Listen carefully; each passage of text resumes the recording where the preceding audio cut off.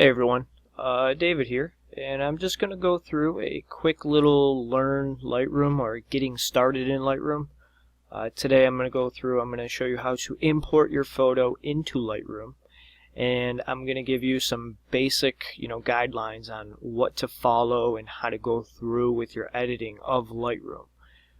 Specifically, the image you're seeing right now is a raw file. We're going to edit this file. I'm going to have the file available to you to follow along in the description below. And we're going to edit the image, and the final result we're going to get is going to be this right here. I chose a black and white, and that's the original, and that's the black and white. So why don't we get started? Okay, so what you're going to want to do first is you're going to want to open Lightroom.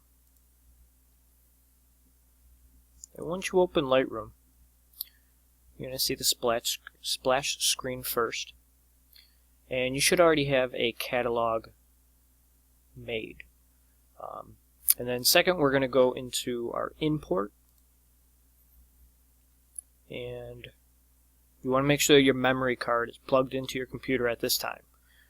If it is not, you will not see any of your pictures. Just plug it in, and then you'll want to make sure that underneath the source that the camera or card reader is selected. So with that selected, I'm going to scroll down. I'm going to uncheck all, because you can see they're all checked now. I don't want to import them all. So I'm going to uncheck that. I'm going to click the box right here for this one because I want to import this guy over here. And now I'm going to go over to the right side where it says file handling. I'm not going to do anything for file handling, but I am going to add a keyword. The keyword's going to be plant. That way later on in the future,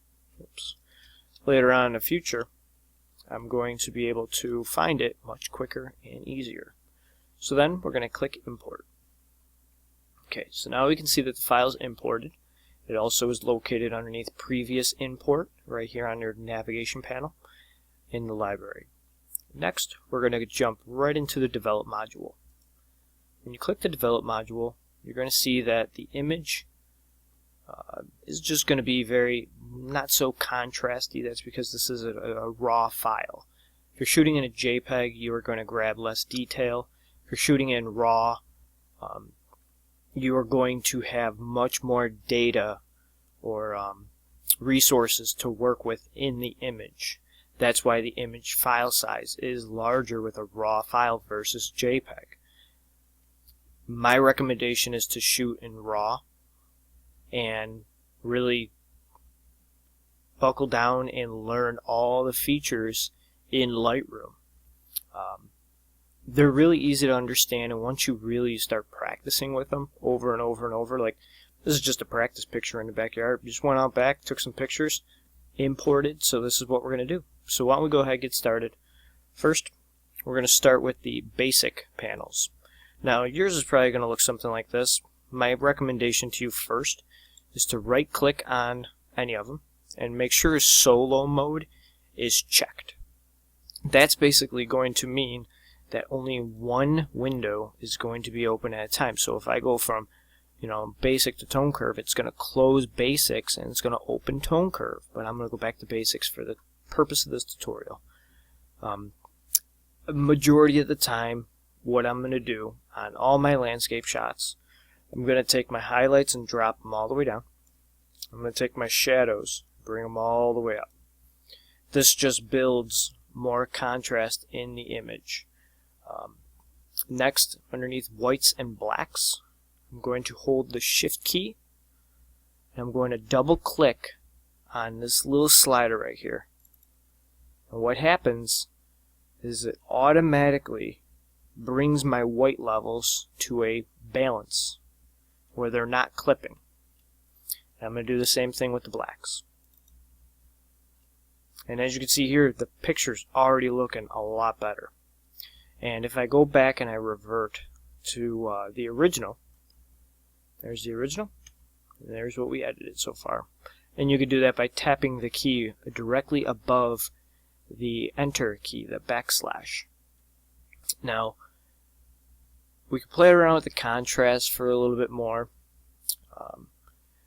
That'll help, bring out more colors and everything. And I'm doing all my edits before I convert it over to black and white, which is right up here.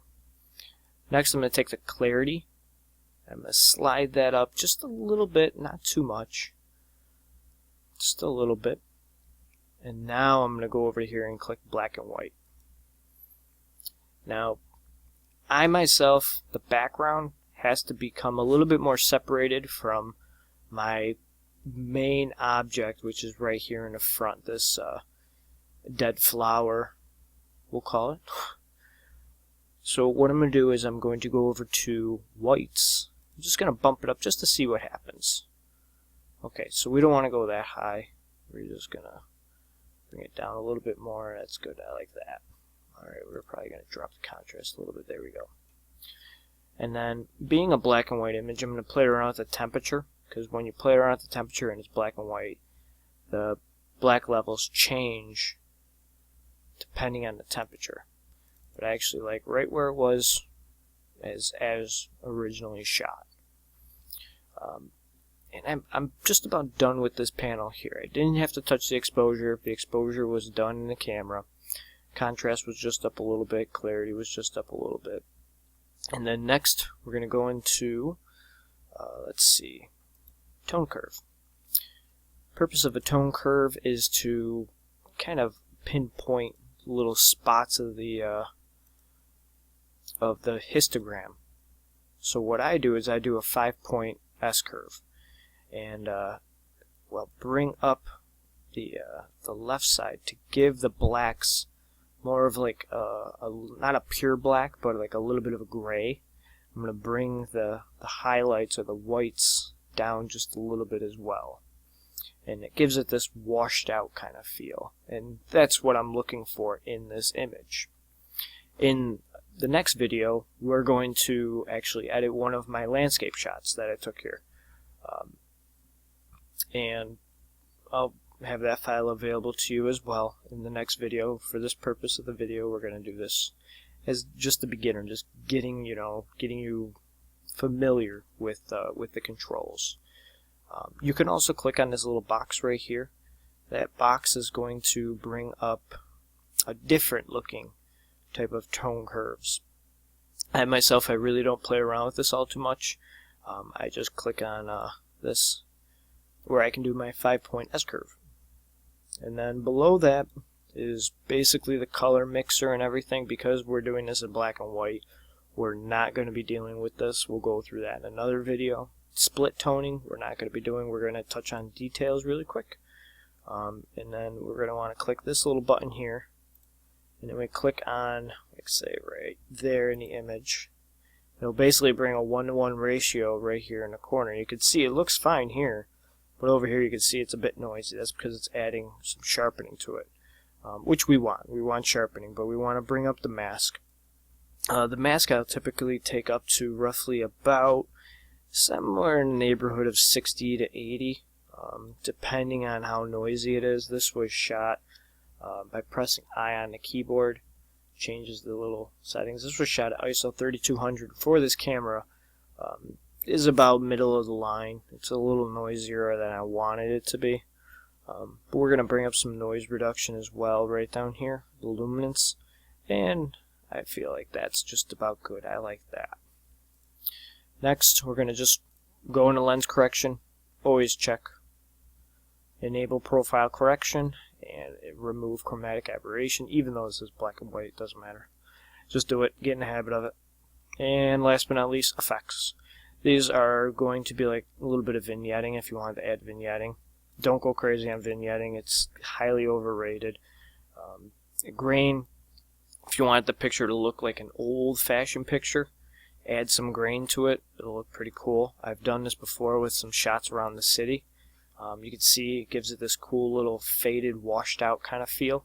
I mean, you would never think like this picture was this picture from 2015. You would never even think that. But I'm going to take all that right back down, and I just double clicked on this to bring it all back to normal. Dehaze, we're going to edit a wave picture in one of the next videos, and this really shows the power of this slider. This slider can really help an image. For this one, it doesn't specifically do too much. Even if I just bring it up, it doesn't do really anything going back and forth. So we're not gonna try it. It basically reduces the haze within the picture. And let's see what else we got. Camera calibration. No, we don't really need to do any of that. So yeah, I'm actually pretty happy with that. There's the before, and there's the after. Again, before and the after. And that's basically a quick rundown of, a quick introduction to editing your pictures, because everybody's, got a new camera for Christmas. Happy holidays, by the way. And maybe you really want to, get into Lightroom and learn Lightroom. Well, this is a great opportunity for you to follow along. I'll make sure if you guys have any questions, just leave them in the comment section below. Right below that like button, and don't forget to subscribe as well. There's a lot to offer within Lightroom, and I'll make sure that progressively we learn more and more and more. But the purpose of every video is going to have a raw file available to you. You can follow side by side and edit the picture right with me, so you can learn from me, and you can pick up any tips and tricks and everything like that. So again, if you guys have any other questions, drop them in the comment section below that like button. Other than that, over and out.